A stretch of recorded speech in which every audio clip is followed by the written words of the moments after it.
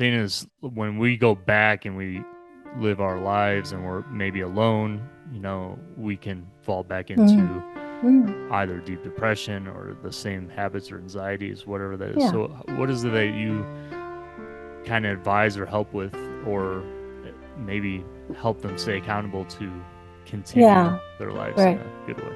So firstly, human beings get better at stuff with practice. The more we do something, the better we get at it. So if we're thinking negatively, then we're going to get good at it. And the human system deselects what we don't use anymore.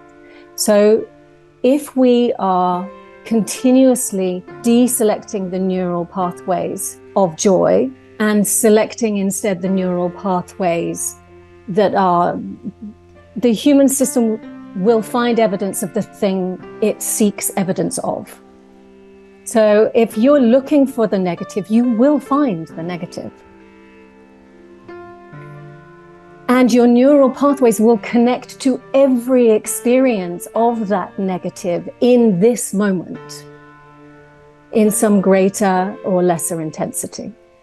So when someone is working with me, throughout, we begin to identify the energy of the words they use on themselves. So throughout the course of work with me, then there are tasks to activate, become fully aware of what it is they're thinking, the energy of the words they're using, the energy of the beliefs they're applying to themselves, and to begin to interrupt those patterns.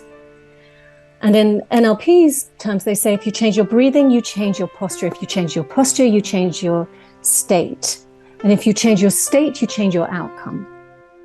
So the first thing is if we can identify a time when you felt fully resourceful, like you had everything that you had available to you in that moment, would that state be more beneficial to you or less beneficial to optimize that total resourcefulness rather than the energy of the lack of resource? So first of all, breathing, get aware, sink into your body, ground into your body, and just find where you're breathing. Whenever you are feeling anxious or stressed or challenged in any way, just give yourself a moment to find out where your breathing is. And if you're breathing up into your chest, slow it down. There are a number of breaths you can use. The box breath is very, very well known for reducing panic in somebody.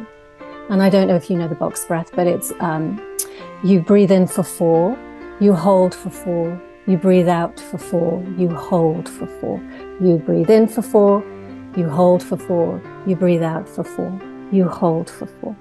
And you continue to do that for a couple of minutes. And one that allows you to get into your body. Because when we're panicking and in anxiety, we are not in our body, we're in our head. So getting into your body, getting into your breath really, really helps. Once you're in your breath, you create some cognitive space or some emotional space to go, what's really going on here? What am I choosing to think here, either about myself or about someone else? What am I choosing to think here and believe about that? And in that moment that you create space for you to ask yourself, what am I thinking? Then you get the opportunity to ask yourself if it's true. Then you get the opportunity to ask yourself if it's not true, who would you be without that original thought? Who are you with that thought? And is that who you want to be?